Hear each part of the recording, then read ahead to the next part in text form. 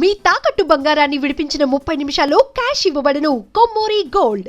దేశమంతా ఇటీవల కాలంలో తీవ్ర దిగ్భ్రాంతికి లోనైన సందర్భం చూసాం మనం. సిజేపీ అండ్ యువత కలిసి ఒక్కసారి కేంద్ర ప్రభుత్వాన్ని అలాగే బాధ్యత వహించిన వాళ్ళని షేక్ చేశారా అనే చందంగా ప్రస్తుతం జరిగిన పరిణామాలు చూసాం. తర్వాత మనకి ఫ్రమ్ ప్రధాన్ టు ప్రధానమంత్రి అందరూ వివరణ ఇచ్చుకోవాల్సిన పరిస్థితి వచ్చింది. ఎటువైపుకి వెళ్తున్న ఈ పరిణామాలు దేశానికి ఇది ఒక మార్పుకి ఒక పెను తుఫాన్ లాగా వచ్చిందా, లేక ఇది కేవలం తాత్కాలికమా? ఐ హ్యావ్ విత్ మీ అందరికీ సుపరిచిత మేధావి అండ్ లోక్సత్తా ఒకప్పుడు వ్యవస్థాపకులు అండ్ ఆ తర్వాత ఆయన ఫౌండేషన్ ఫర్ డెమోక్రటిక్ రిఫార్మ్స్ వ్యవస్థాపకులుగా మనందరికీ సుపరిచితులు, as an intellectual influencer and a man of great wisdom, doctor Jayaprakash Narayana గారు. Sir welcome. నమస్తే. మీతో మాట్లాడడానికి వెయిట్ చేస్తున్నాం సార్. My pleasure. సార్, మొన్న జరిగిన పరిణామాలు సార్, డైరెక్ట్గా పాయింట్కి వస్తే మీరు ఎలా చూస్తున్నారు? మూడు లైన్లలో జేపీ గారు ప్లీజ్ ఎక్స్ప్లెయిన్ వాట్ హ్యాపెండ్ అని అడిగితే ఏం చెప్తారు సార్? చాలా అందరూ చూసేది రాజకీయ కోణం నుంచి, ఎవరికి లాభం ఎవరికి నష్టం, ఎన్నికల్లో ఓట్లు ఏమవుతాయి. నా దృష్టిలో చాలా అపరిపక్వమైన ఆలోచన. గత 60-70 ఏళ్ళుగా మన ఆర్థిక నమూనా వల్ల స్వప్న ఇప్పటికి కూడా ఈ దేశంలో 185 మంది అసంఘటిత రంగంలో ఉన్నారు. రెక్కడి తెగంటే ఒక్కడని వాళ్ళు, రేపు పొద్దున ఉద్యోగ భరోసా లేని వాళ్ళు. అది ఒక కోణం. రెండో కోణం ఏమవుతుంది, కోట్లాది మంది విద్యార్థులు మధ్యతరగతి పేద కుటుంబాల నుంచి కూడా తల్లిదండ్రులు బోళ్ళు త్యాగాలు చేస్తున్నారు, ప్రభుత్వాలు బోళ్ళు ఖర్చు పెడుతున్నారు, రకరకాల రూపాల్లో విద్యను అర్థిస్తూ వెళుతున్నారు. కాలేజీ డిగ్రీలు వస్తున్నాయి. 4 కోట్ల మంది కాలేజీల్లో ఉన్నారు. కోటాను కోట్ల మంది డిగ్రీలు పొందారు. వాళ్ళు ఏ పాపం ఎరగకపోయినా కూడా ఆ విద్యార్థులు వాళ్ళు ఎంత కష్టపడ్డా కూడా మన విద్యా వ్యవస్థలో ఉన్న భయంకర లోపాల వల్ల నైపుణ్యం లేకుండా పోయింది. దాంతో ఈ కాగితాలకి మీ ఉపాధి కల్పనకి సంబంధం లేకుండా పోయింది. మీరే ఉన్నారు, మీకు ఒక టీంలో పనిచేయాలని చెప్పంటే రీసెర్చ్ చేయటమో, మీకు సాయం చేయటమో, ఆ శక్తి సామర్థ్యాలు నైపుణ్యం ఉండాలి కదా. డిగ్రీ చూసి మీరు తీసుకోరు కదా. కానీ ఆశలు ఉన్నాయి. ఈ సోషల్ మీడియా యుగంలో అందరికీ ఆకాంక్షలు ఉన్నాయి, అవకాశాలు తగ్గిపోయినాయి. మూడో పక్కన ఉపాధి అవకాశాలని పెంచడంలో మన ఆర్థిక వ్యవస్థ విఫలమైంది. ఇంక్లూజివ్ గ్రోత్ లేదు. గ్రోత్ ఉన్నది, అందరికీ ఎంతో కొంత ఇంపాక్ట్ ఉంది. ఉదాహరణ యూపీఐ అందరికీ టచ్ చేస్తుంది. కానీ నా జీవితం బాగుపడుతుంది, 5-10 ఏళ్ళు కష్టపడితే దిగువ మధ్యతరగతి నుంచి మధ్యతరగతికి వస్తాను, గౌరవప్రదంగా బతకగలుగుతాను, భవిష్యత్తు ధీమాగా ఉంటుందన్న భరోసా లేకుండా పోయింది.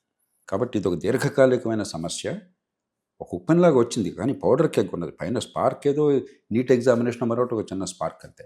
మౌలికంగా ఈ సమాజంలో అంతర్లీనంగా ఒక తీవ్రమైనటువంటి ఆర్థిక, సామాజిక, రాజకీయ సమస్య చాలా కాలం నుంచి మనం పరిష్కరించలేకపోయినాం. ఇప్పటికైనా యుద్ధ ప్రాతిపదికన 10 ఏళ్ల పాటు 15 ఏళ్ల పాటు కష్టపడితే ఒక మార్గాన్ని తీసుకెళ్ళచ్చు.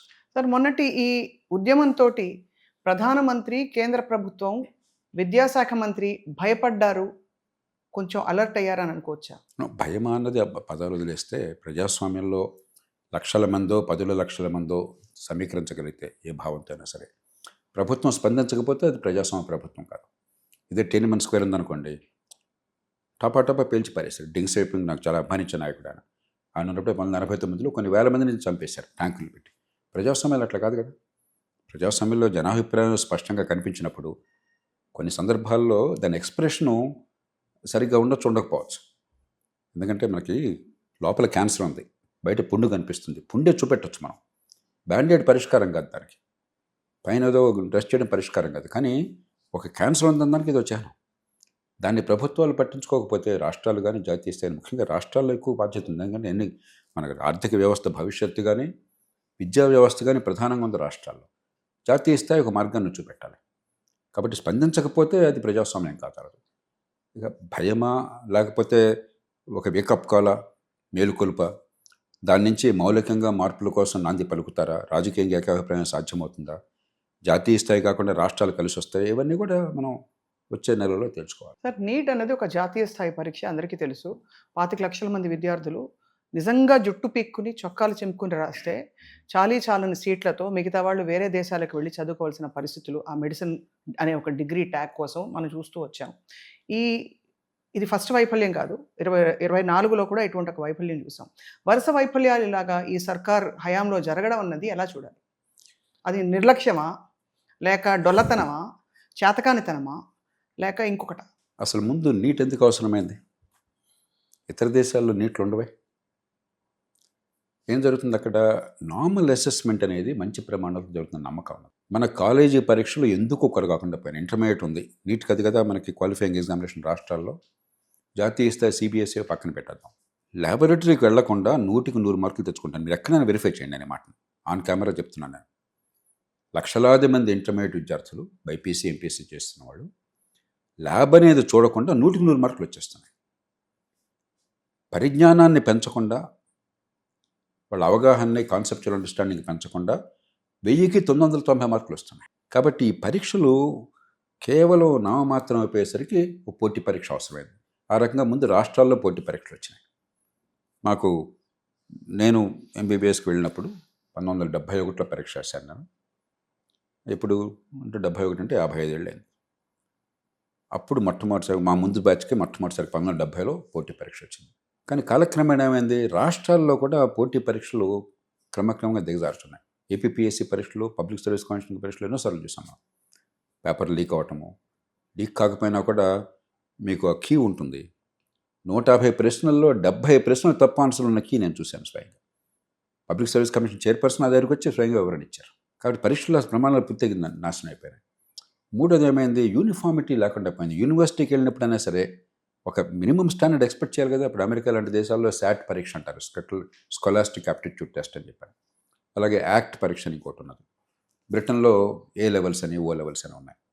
ఒక యూనిఫామ్ స్టాండర్డ్ కనీసం యూనివర్సిటీకి వెళ్తుంటే ఆ పిల్ల అమ్మాయికో ఆ పాపకో ఆ బాబుకో ఈ ప్రమాణాలను నమ్మకం కలగకుండా ఊరికే ఏదో రకంగా అని చెప్పంటే కుదరదు. కాబట్టి యూనిఫామిటీ కావాలని కోరుతూ కపిల్ సిబల్ గారు ప్రారంభించారు.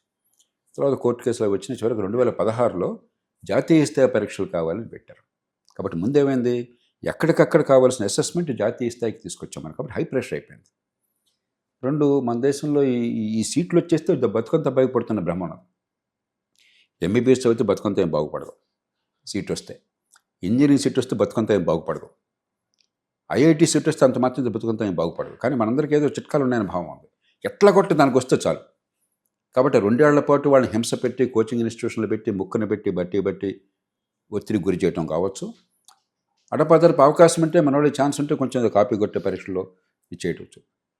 ఈ పరిస్థితుల్లో జాతీయ స్థాయిలో వాళ్ళు ఏం చేశారు, నేషనల్ టెస్టింగ్ ఏజెన్సీ పెట్టారు. దాని అధ్యక్షుడు ఎవరు, యూపీఎస్సీ అధ్యక్షుడిగా పనిచేస్తాను. యూపీఎస్సీ ఏమిటి, దేశంలో అత్యున్నత ప్రమాణాలతో పరీక్షలు చాలా సమర్థంగా నిర్వహిస్తున్న సంస్థ. ఒక మిరకిల్ నా దృష్టిలో. ఎంత గిరాకీ ఉన్నటువంటి దేశంలో ఆ పరీక్షలు ఇప్పటిదాకా ప్రమాణాలు నడిపారంటే గొప్ప విషయం. అంచేత ఒక సంస్థను పెట్టినప్పుడు, ఇంత భయంకరమైన ఒత్తిడి ఉన్నప్పుడు అడపదడప కొన్ని జరుగుతాయి. వాళ్ళు చేయాల్సిన పొరపాటు తప్పు ఎక్కడ చేశారంటే నా దృష్టిలో ఆంధ్రప్రదేశ్, తెలంగాణలో 2017-18 నుంచి మంచి ప్రయత్నం ఒకటి జరిగింది. డిజిటల్ ఎగ్జామినేషన్ పెట్టడం మొదలెట్టారు. 5-6 దఫాలుగా పెట్టి, రోజుకి 2 షిఫ్ట్లుగా పెట్టి ఎగ్జామినేషన్ స్టాండర్డైజేషన్ చేసి ఒకే పేపర్ ఉండదు. మీ బ్యాచ్ 30,000 మంది వచ్చారనుకోండి, మీ 30,000 మందికి ఈ టైంలో ఉంటుంది. ఆ 30,000 మందికి ఆ లాస్ట్ మినిట్లోనే పేపర్ వస్తుంది మీ దగ్గరికి, డిజిటల్గా వస్తుంది. అవగానే మీకు వెంటనే అసెస్మెంట్ వచ్చేస్తుంది. నెక్స్ట్ బ్యాచ్కి మధ్యాహ్నం ఇంకోటి ఉంటుంది, రేపు ఇంకోటి ఉంటుంది, వేరే పేపర్ అది. కానీ స్టాండర్డైజేషన్.